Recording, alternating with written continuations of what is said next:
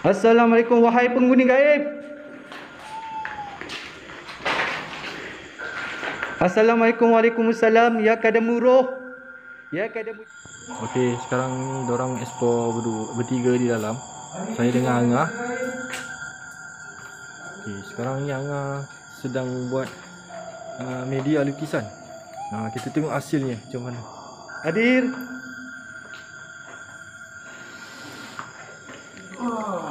Jom. Sini. Nik. Masuk.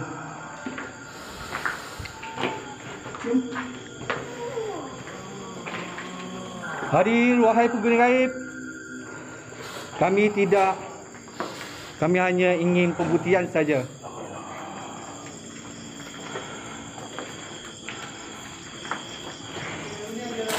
Assalamualaikum.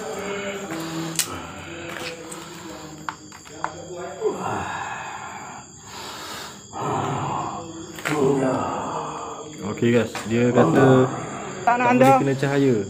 Jadi kita tengok nanti hasilnya macam mana. Sebab apa ni, kata tak boleh kena cahaya sebab nanti dia hilang fokus. Okey, kat sini ada. Jadi kita biarkan Angah melukis makhluk apa yang ada kat sini.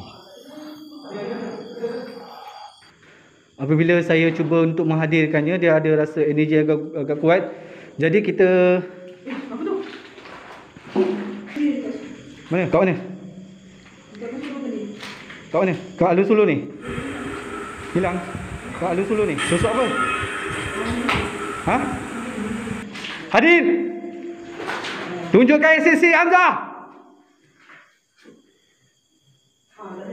Ada.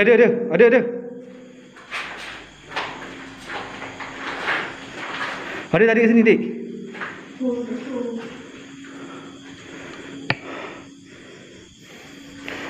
Nampaknya dia dah mula tunjuk apa tu NTC. Dan kami akan buat media Makhluk apa yang lukisan ada dekat sebentar lagi. tempat ni. So lebih jelas lagi lah kalau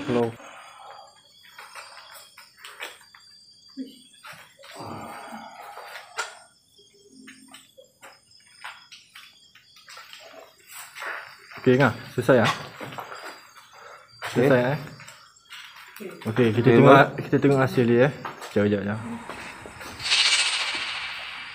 Okey. Okey, nampak guys, jelas tak? Lukisan yang ni makhluk apa yang ada kat sini yang apa lidah terjelir tu. Dia putih, badan dia besar, lidah dia panjang. Lidah dia memang panjang. Yang ni biasa sebunjut. Jadi yang ni dekat ada dekat kolam. Yang rambut panjang tu Ni ada dekat kolam. Yang kalau ikutkan dia ni banyak. Kalau ikutkan memang dia banyak. Tapi yang kerap selalu ada ni. Rasa ni. Yang ni bentuk dia botak. Kepala dia botak tak ada rambut. Tak ada. Telinga dia besar. Telinga besar. Ya. Dia punya sosok asli dia warna macam mana? Yang merah ni semua yang dua ni hitam. Yang ni biasa putih. Dia ni putih.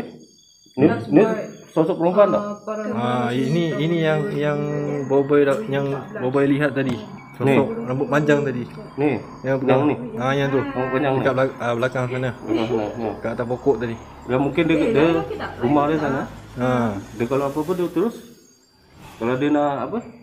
Menyembunyikan diri ke, nak senang-senangkan hati, mungkin dia duduk kat kolam ke. Tempat dia besar.